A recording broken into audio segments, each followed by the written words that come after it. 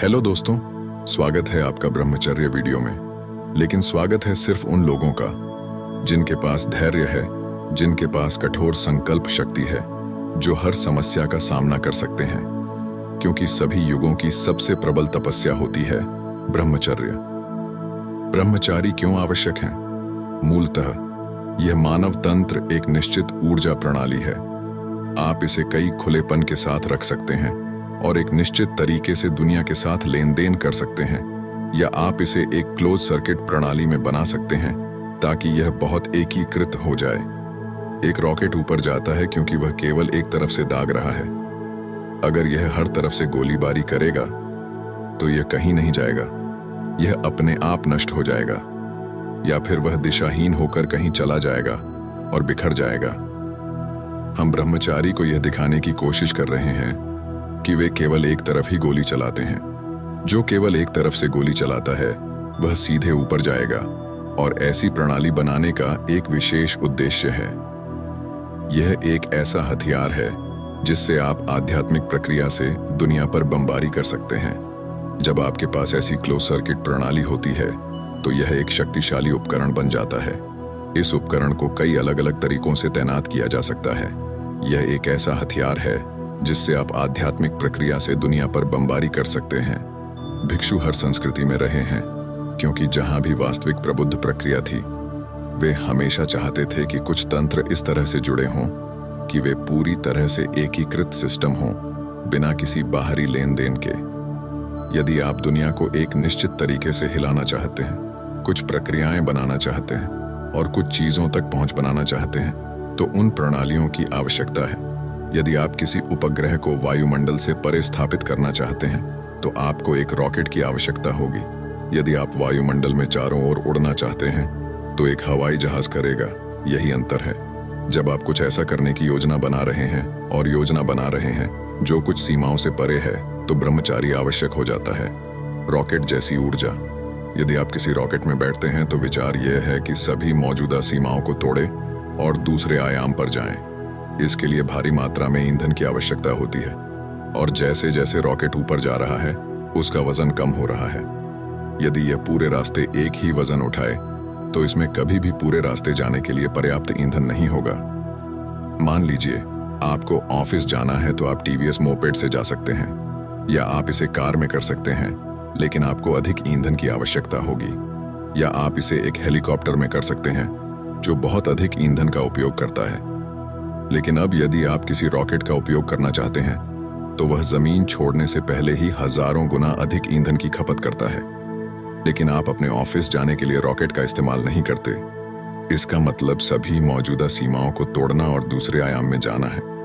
इसी तरह कार्यालय जाने, घर आने और हर दिन इधर उधर की बातें करने के लिए आपको एक निश्चित स्तर की ऊर्जा की आवश्यकता होती है। यदि आप न केवल ब्रह्म तक जाना चाहते हैं, बल्कि ब्रह्म को ईश्वर तक पहुंचने के रास्ते के रूप में उपयोग करना चाहते हैं, तो आपको बहुत सारी ऊर्जा की आवश्यकता है। जब आपको उस प्रकार की ऊर्जा की आवश्यकता होती है तो आपको यह देखने की जरूरत है कि आपके जीवन में सबसे अधिक ऊर्जा नष्ट करने वाली प्रक्रियाएं क्या हैं। उन सभी चीजों को समाहित करने की जरूरत है, और जैसे जैसे आप आगे बढ़े आपको जितना हो सके उतना वजन कम करना होगा। पार्वती की साधना। योग विद्या में एक कहानी है जो इसे दर्शाती है। पार्वती एक राजकुमारी थी, लेकिन वह शिव से विवाह करना चाहती थी। शिव ने उसे खारिज कर दिया और कहा, किसी आदमी को बुलाओ, तुम्हें बस एक आदमी की जरूरत है। उसने कहा, नहीं, मैं तुम्हें रिझाना चाहती हूं। वह जानती थी कि उसके सामने सजने, संवरने और दिखावा करने से काम नहीं चलने वाला। वह समझ गई कि इसके लिए साधना की तीव्रता की आवश्यकता है, तो वह वहीं बैठ गई। उसने उसकी ओर देखा और उसे खारिज कर दिया, क्योंकि उसकी साधना का स्तर ओम नमः शिवाय उसके लिए कोई मायने नहीं रखता। उसे एहसास हुआ, वह मुझ पर हंस रहा है क्योंकि मुझे अपने शरीर की चिंता है, क्योंकि मैं खुद को ढककर खाना खाती हूँ। इसलिए उन्होंने खाना छोड़ दिया। शरीर को बनाए रखने के लिए वह दिन में केवल 2 पत्तियां खाती थीं और खुद को ढकने के लिए अन्य 2 पत्तियों का इस्तेमाल करती थीं। इसलिए वे उसे द्विपर्णा कहते हैं, 2 पत्तियां। शिव अभी भी प्रभावित नहीं दिख रहे थे। तभी पार्वती ने एक पत्ता गिरा दिया। उसने केवल एक पत्ता खाना शुरू कर दिया और एक महिला होने के नाते खुद को ढकने के लिए दूसरे पत्ते का इस्तेमाल किया। तब उसे एक पर्णा कहा जाता था, एक पत्ता। वह अभी भी प्रभावित नहीं था, इसलिए उसने खाना बिल्कुल बंद कर दिया और इस एक पत्ते को हटा दिया जिससे उसने खुद को ढका हुआ था। वह नग्न और बिना भोजन के बस तल्लीन होकर बैठी रही। तब वह अपर्णा कहलाई, बिना पत्ते की, ढकने के लिए कुछ नहीं, बनाए रखने के लिए कुछ नहीं, सभी चक्र टूट गए। यही ब्रह्मचर्य है, भौतिक आयाम को पार करना। ब्रह्मचर्य का अर्थ है अपने आप को इस तरह से शक्ति प्रदान करना कि सभी चक्र टूट जाएं, इस हद तक कि जीव विज्ञान और आपके आसपास की अन्य चीजें आपको रोक न सकें। वह सब कुछ जो ऊर्जा का अपव्यय करता है टूट जाता है। यह रॉकेट में ईंधन जलने जैसा है। जो भी ऊर्जा पैदा हो रही है वह एक दिशा में जा रही है। यही कारण है कि यह जिस तरह से ऊपर जाता है, यदि ऊर्जा 5 अलग अलग दिशाओं में जाती तो रॉकेट कहीं नहीं जाता। आपके साथ भी ऐसा ही है। अगर सब कुछ यूनिडायरेक्शनल हो जाए तो आप कहीं ना कहीं चले जाएंगे, लेकिन अगर 5 अलग अलग जगहों पर जाने लगे तो जाहिर तौर पर आपको कहीं भी जाने में कोई दिलचस्पी नहीं होगी। महाभारत और रामायण में ऐसी कहानियां हैं जहां यदि आप एक आदमी को मारने की कोशिश करते हैं और उसके खून की एक बूंद गिरती है तो दूसरा आदमी सामने आ जाता है। यदि 100 बूंदें गिरती हैं तो 100 लोग ऊपर आ जाते हैं। वे एक ऐसे इंसान के बारे में बात कर रहे हैं जिसने खुद को इतना शक्तिशाली बना लिया है कि उसके खून की हर बूंद वीर्य की तरह काम करती है। गिरने वाली प्रत्येक बूंद दूसरे प्राणी को पुनः निर्मित कर सकती है। यही जीवन के इस आयाम का महत्व है। यदि एक कोशिका दूसरे मनुष्य को बना सकती है तो उसमें अपार क्षमता होनी चाहिए। यदि आप आगे बढ़ना चाहते हैं और भौतिक आयाम से परे जाना चाहते हैं, जो अपने आप में एक शक्ति है, तो वह चीज जो इतनी शक्तिशाली है उसे महान ईंधन में बदला जा सकता है। यदि आप भौतिक आयाम को पार करना चाहते हैं तो आपको अपने शरीर को पूरी तरह से अलग तरीके से संलग्न करने की आवश्यकता है। ब्रह्मचर्य का मार्ग क्या शामिल है? प्रश्न: ब्रह्मचर्य के मार्ग में क्या शामिल है और कोई कैसे जान सकता है कि कोई उस तरह जीने में सक्षम है? सद्गुरु: ब्रह्मचर्य का अर्थ है हवा की तरह होना, यानी आप किसी भी चीज से चिपके नहीं रहते।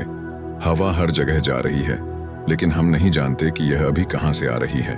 ब्रह्मचर्य का अर्थ केवल जीवन जीना है। जिस तरह से आप पैदा हुए थे उसी तरह जीना, अकेले रहना। भले ही आपकी मां को जुड़वां बच्चे हुए हों, फिर भी आप अकेले पैदा हुए थे।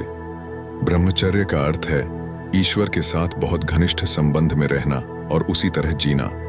ब्रह्मचर्य कोई महान कदम नहीं है। जैसा जीवन है वैसा ही अस्तित्व में रहना है। विवाह एक महान कदम है। आप कुछ बहुत बड़ा करने का प्रयास कर रहे हैं। कम से कम लोग तो ऐसा ही मानते हैं। ब्रह्मचर्य का अर्थ है कि आपने अपने जीवन को वैसे ही घटित होने दिया जैसे सृष्टिकर्ता ने आपको बनाया है। आप इससे कुछ नहीं बनाते, कोई कदम नहीं है। यदि आप कुछ नहीं करते तो आप ब्रह्मचारी हैं। साधना और अन्य अनुशासन केवल एक ब्रह्मचारी को ऐसे बने रहने में मदद करने के लिए है, क्योंकि एक बार जब आप इस ग्रह से सामग्री उठा लेते हैं तो इस ग्रह के गुण आप में प्रवेश कर जाएंगे और आप पर शासन करने का प्रयास करेंगे। एक मूल गुण है जड़ता। सुबह उठने में भी जड़ता रहती है। ईश्वरीय मार्ग पर चलने का अर्थ है पृथ्वी के मार्ग पर न झुकना। पृथ्वी का एक अन्य गुण बाध्यकारी गति है।